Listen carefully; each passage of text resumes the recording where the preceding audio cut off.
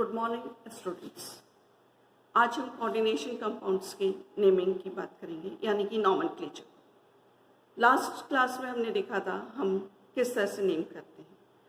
अगर हमारे पास coordinated compound को नेमिंग के केटाइन और एनायनिक में हम डिवाइड कर सकते हैं, और जैसे हम सिंपल सॉल्ट्स का नेम करते हैं बिल्कुल उसी तरह से कोऑर्डिनेटेड कंपाउंड्स को भी नेम करना होता है। यानी कि पहले केटाइन का नाम लिखेंगे और फिर एनाइन का। ये नाम एक सिंगल वर्ड के जैसा होता है। जब हम कॉम्प्लेक्स का नेम करते हैं तो पहले हमें आपका लिगेंड का नाम लिखना होता है, उसके बाद हमें मेटल का नाम लिखना होता है, और उसके बाद रोमन न्यूमरल्स में मेटल की ऑक्सीडेशन स्टेट लिखनी है।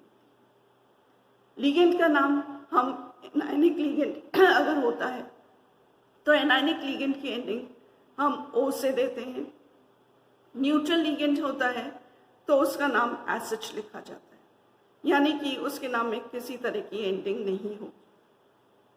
लेकिन कुछ एक्सेप्शंस हैं। फॉर एग्जांपल अमोनिया को हम लिखते हैं एमीन से, AMMINE।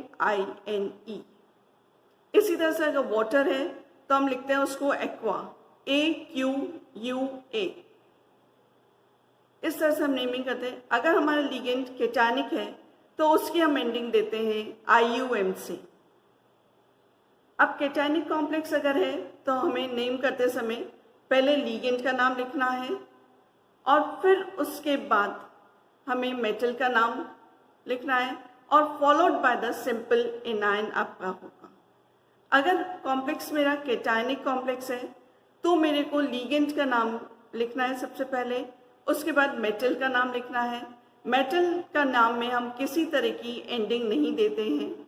मेटल का नाम लिखने के बाद उसकी ऑक्सीडेशन स्टेट लिख दी जाती है, और फिर एनाइन का नाम लिख दिया जाता है। यदि कॉम्प्लेक्स के साथ कोई एनाइन नहीं है और वो सिंपल उसके ऊपर प्लस चार्ज है तो हम उसको आयन वर्ड लिख देते हैं। मेटल का नाम लिखने के बाद ऑक्सीडेशन स्टेट और फिर आयन वर्ड लिख देते हैं। इसी तरह से अगर हमारा कॉम्प्लेक्स पार्ट एनाइन है तो वहाँ पे हम आपका जो मेटल का नाम है उसकी एंडिंग दे देते हैं, ATE से हम उसकी एंडिंग देते हैं। यानी कि आपका आयरन +2 में है यानी फेरस है तो हम उसको बोलेंगे फेरेट। अगर क्रोमियम है और उस कॉम्प्लेक्स में नेगेटिव चार्ज है तो हम उसको बोलेंगे क्रोमेट। इस तरह से हमें नेमिंग करना होता है। और यदि हमारा कॉम्प्लेक्स दो कॉम्प्लेक्सेस से मिलकर बना है, यानी कि केटानिक कॉम्प्लेक्स और एनायनिक कॉम्प्लेक्स का, तो हम पहले केटानिक कॉम्प्लेक्स का नाम लिखेंगे, फिर हम एनायनिक कॉम्प्लेक्स का नाम लिखेंगे। इसके बाद हमारा आता है कि यदि हमारा कोई लिगेंड आपका दो मेटल के बीच में ब्रिज फॉर्म कर रहा है, एक सेतु बना रहा है, तो उसको हम आपका म्यू से रिप्रेजेंट करते हैं। यानी कि म्यू जो वर्ड है ये बताएगा कि वो लिगेंड हमारा दो मेटल के बीच में ब्रिज है, यानी कि वो सेतु बना रहा है, यानी कि वो दोनों के साथ बॉन्ड फॉर्म कर रहा है, दोनों मेटल आयंस के साथ। फॉर एग्जाम्पल जैसे आप यहाँ पे देखें तो यहाँ पे ये जो हाइड्रोक्सो ग्रुप है, हाइड्रोक्साइड आयन जो है ये हमारा एनायनिक है, और इसकी एंडिंग क्योंकि ये नेगेटिव चार्ज है तो इसकी एंडिंग हो जाएगी O, हाइड्रोक्स हो जाएगा, और ये हमारा आपका है ब्रिज लिगेंड के जैसे है। यहाँ पे अगर हम इस कॉम्प्लेक्स में देखते हैं तो अमोनिया जो है वो इस कोबाल्ट के साथ भी फॉर्म कर रहा है और इधर कोबाल्ट के साथ भी फॉर्म कर रहा है, तो ये अमोनिया जो है इस कोबाल्ट और इस कोबाल्ट दोनों के साथ ब्रिज फॉर्म कर रहा है। सिमिलरली जो नाइट्रो ग्रुप जो है ये भी हमारा आपका दोनों कोबाल्ट के साथ ब्रिजिंग फॉर्म आउट कर रहा है। अब इसके नेमिंग करने के लिए हमें क्या है, सबसे पहले हमें जो ब्रिज लिगेंड आपका होता है उस ब्रिज लिगेंड का नाम लिखना होता है। उसका नाम हम आपका कैसे लिखेंगे, नाम लिखते समय हमें यहाँ पे ध्यान रखना होगा। हम यहाँ पे लिखेंगे म्यू, क्योंकि ये हाइड्रोक्साइड आयन है, ये हमारा आपका क्या है हाइड्रोक्सो, इसकी एंडिंग होगी, तो म्यू हाइड्रोक्सो। अब यहाँ पे ये इस साइड पे भी 5 है, इस साइड पे भी 5 अमोनिया मॉलिक्यूल्स हैं, यानी कि अमोनिया को हम लिखते हैं AMMINE से, तो हम इसको लिखेंगे बिस पेंटा एमीन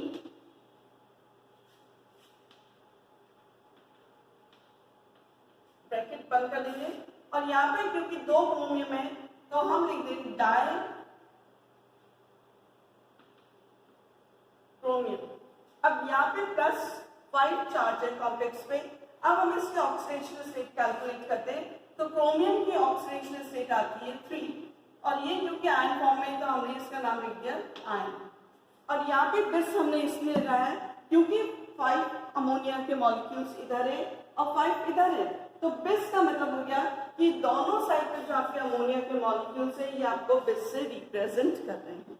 इसी तरह से जो नीचे वाला कॉम्प्लेक्स है, अब यहाँ पे तो हमारे पास सिर्फ एक ही हाइड्रोक्सी ग्रुप था जो कि हमारा क्रोमियम के साथ ब्रिज था। अब यहाँ पे अगर हम आपका देखते हैं तो यहाँ पे इसके पास हमारे पास +4 चार्ज है। अब यहाँ पे हम देखते हैं तो हमारे पास क्या हो गया, ब्रिज रीजन में ये अमोनिया आ गया और ये हमारा नाइट्रो ग्रुप हमारा आ गया। तो हम पहले इसका नाम लिखेंगे। अब इसका नाम लिखते समय हमें ये ध्यान रखना है कि लिगेंड हमारा अल्फाबेटिकली ऑर्डर में होना चाहिए। अल्फाबेटिकली ऑर्डर में हम देखते हैं तो अमोनिया ए पहले आता है और एन बाद में आता है, तो हम इसका नाम लिखेंगे म्यू एमी म्यू नाइट्रो। अब हमारे पास कितना है, 4 अमोनिया इधर है 4 अमोनिया इधर है, तो अगेन हम लिखेंगे बिस टेट्रा एमी। अब कोबाल्ट है तो डाई कोबाल्ट और ये कितने ऑक्सीडेशन होते हैं, क्योंकि हमारे पास इस पे -1 चार्ज है तो हमारे पास कितना होगा 3 3 6 और इसमें सिर्फ एक नाइट्रो के पास नेगेटिव लिगेंड है तो हमारे पास क्या हो गया, सिर्फ एक हमारे पास हो गया तो हमारे पास +5 चार्ज आएगा तो कोबाल्ट 3 आयन। लेकिन अगर मान लीजिए यहाँ पे आपका ये चार्ज नहीं है, इसके बाद हमारे पास सपोज करिए यहाँ पे हमारे पास लिखा हुआ है Cl5, तो हम यहाँ पे आयन की जगह क्या लिख देंगे, क्लोराइड। ये हमारा इसका नाम हो जाएगा। तो इस कॉम्प्लेक्सेस के नाम कैसे हुए, यहाँ पे हाइड्रोक्सो है तो हमने पहले ब्रिज लिगेंड का नाम लिखा, उसके बाद हमने साइड वाले जो टर्न लिगेंड्स है उनका नाम लिखा, फिर हमने कोबाल्ट का लिखा। तो दैट इज म्यू हाइड्रोक्सो बिस पेंटाअमीन डाइक्रोमियम 3 आयन।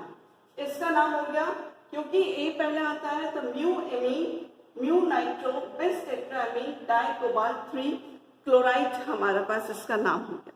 अब इसके बाद हमारे पास आता है एंटीडेंटेड लिगेंड्स। एंटीडेंटेड लिगेंड्स का मतलब ये होता है कि वो लिगेंड्स जिसमें कि हमारे पास 2 जगह से मेटल के साथ बॉन्ड फॉर्म कर सके वो हमारे एम्बीडेंटेड लिगेंड्स होते हैं। एम्बीडेंटेड को हिंदी में बोलते हैं उभयधर्मी लिगेंड। अब नाइट्रो ग्रुप जो हमारा है, ये नाइट्रो ग्रुप हमारा 2 तरह से बॉन्ड फॉर्म कर सकता है। एक तो ये हमारा ऑक्सीजन के साथ बॉन्ड फॉर्म कर सकता है और एक नाइट्रोजन के साथ।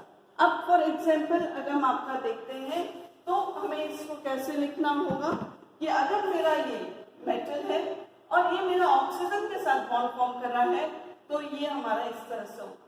इस तरह से जो हमारा होता है उसको हम लिखते हैं नाइट्रो ओ। ये बता रहा है कि जो है इसका नाम NO2 को हम बोलते हैं नाइट्राइट है, तो ये हो गया नाइट्रो।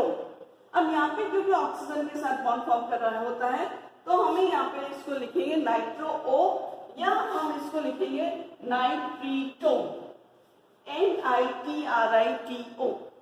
लेकिन यदि हमारा ये आपका मेटल के साथ नाइट्रोजन बॉन्ड फॉर्म कर रहा है तो हम इसको लिखेंगे नाइट्रो N या हम इसको सिंपल आपका नाइट्रो भी लिख देंगे। यदि हमारे पास थायोसाइनेट है, अब थायोसाइनेट भी हमारा आपका नाइट्रोजन के साथ भी बॉन्ड फॉर्म कर सकता है मेटल और हमारा सल्फर के साथ भी, यानी कि इस एम्पीडेंटेड लिगेंड्स में हमारे पास वो लिगेंड्स है जिसमें कि हमें 2 जगह से हमें lone pair of electrons metal के साथ शेयर करे जा सकते हैं। फॉर एग्जाम्पल अगर हमारा मेटल इसके साथ सल्फर के साथ बॉन्ड फॉर्म कर रहा है तो हम इसको लिखेंगे थायोसाइनेटो S, क्योंकि क्योंकि हमारा क्या लिगेंड है, HCN माइनस। अगर नाइट्रोजन के साथ बॉन्ड फॉर्म कर रहा है तो हम लिखेंगे थायोसाइनेटोन। नाउ फॉर एग्जांपल, हम इसका सिंपल सा आपका एक एग्जांपल ले लेते हैं। Cobalt HCN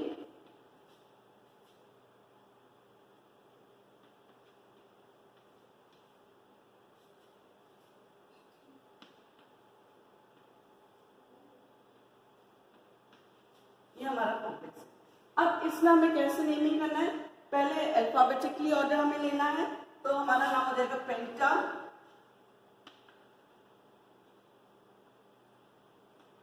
amine.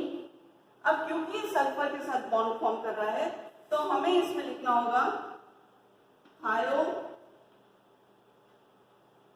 साइनेटो एस, और फिर क्योंकि हमें मेटल है तो कोबाल्ट 3 क्लोराइड, ये इसका नाम हो जाए। तो इस तरह से हमें एम्बीडेंटेड लिगेंड्स के नेमिंग करने होते हैं। इसके बाद हमारे पास आता है कि हमारे पास जो कॉम्प्लेक्सेस हैं, अगर उसमें हमारे पास आपका ज्योमेट्रिकल हमारा होता है, फॉर एग्जाम्पल ज्योमेट्री से मतलब हमारा है कि उसमें हमारा सिस ट्रांस आपका होता है, Pt NH3 whole twice Cl2, ये हमारा आपका एक न्यूट्रल कॉम्प्लेक्स। इसका नाम हो जाएगा diamine dichloro platinum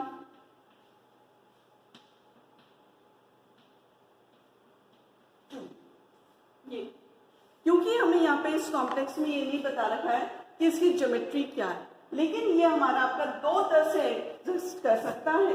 और उसमें हम अपना इसके अगर हम अपना ज्योमेट्री को हम स्टडी करते हैं तो ज्योमेट्री को स्टडी करने पे हम इसको लिख सकते हैं Pt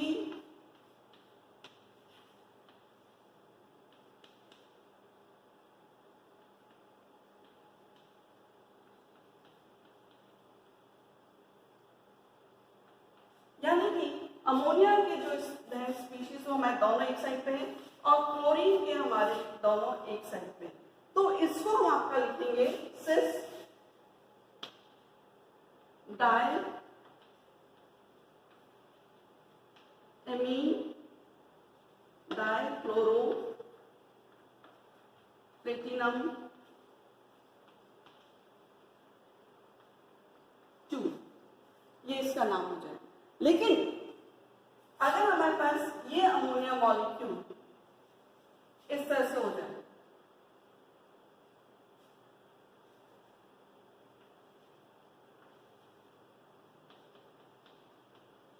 अब ये हमारा क्या ट्रांसपोजिशन हो गया, तो इसका नाम क्या हो जाएगा ट्रांस डायमीन डाइक्लोरो प्लेटिनम 2। अब यहाँ पे हम लोग जो हमारे पास सिस कॉम्प्लेक्सेस होते हैं, सिस कॉम्प्लेक्सेस में हम आपका सिस को हम आपका लिख सकते हैं 1 2 से भी हम रिप्रेजेंट कर सकते हैं, और यदि हमारे पास ट्रांस होता है तो हम उसको रिप्रेजेंट करते हैं 1 3 से। तो हमारे पास ही अगर हम वापस एग्जांपल ले लेते हैं प्लेटिनम, अगर ये मेरा सिस कॉम्प्लेक्स है तो हम इसको दूसरे तरह से भी लिख सकते हैं 1 2 diamine dichloro platinum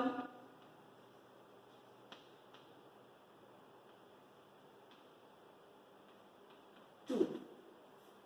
और यदि ये मेरा ट्रांस कॉम्प्लेक्स है तो हम इसका नाम यही रह जाएगा, हम इसको लिख देंगे 1 3 के नेम से हम आपका लिखेंगे। ये इस तरह के जो नेमिंग होते हैं ये हमारे आपके होते हैं ज्योमेट्रिकल कोऑर्डिनेटेड कंपाउंड्स। इसके बाद हमारे पास आता है optical isomer coordinated compounds. Optical में हम आपका लिखते हैं कि यदि हमारा वो आपका डेक्स्ट्रोरोटेटरी यानी कि प्लेन ऑफ पोलराइज्ड लाइट को राइट हैंड साइड पर टर्न करता है तो उसको हम यहाँ पर D से रिप्रेजेंट करते हैं या हम उसको प्लस से रिप्रेजेंट करते हैं। अगर लेफ्ट हैंड साइड पे आपका ऑप्टिकल लाइट होती है टर्न तो उसको हम यहाँ पर रिप्रेजेंट करते हैं बाय राइटिंग माइनस। तो जिस तरह से हमने आपका अगेन हम आपका सेम एग्जांपल ले लेते हैं platinum NH3 whole twice Cl2। यदि ये मेरे प्लेन ऑफ पोलराइज्ड लाइट को राइट हैंड साइड पे टर्न करता है तो हम इसको लिख सकते हैं D डायमीन डाइक्लोरो प्लेटिनम 2, यानी कि ये प्लेन ऑफ पोलराइज्ड लाइट को राइट हैंड साइड पे टर्न करता है। अगर हमें D नहीं लिखना है तो हम यहाँ पे आपका प्लस साइन भी लगा सकते हैं। अगर ये हमारा प्लेन ऑफ पोलराइज्ड लाइट को लेफ्ट साइड पे टर्न करता है नेम आपका ये रह जाएगा और यहाँ पे आपका L आ जाएगा लीवो रोटेटरी, या हम इसको रिप्रेजेंट करते हैं बाय राइटिंग माइनस से हम लोग इसको रिप्रेजेंट करते हैं। तो इस तरह से हम आपका कोऑर्डिनेटेड कंपाउंड्स को नेमिंग कर सकते हैं। नेक्स्ट क्लास में हम लोग डिस्कस करेंगे कोऑर्डिनेशन कंपाउंड के अगर हमारे पास नाम है तो हम उससे फॉर्मूला कैसे लिखें। Thank you.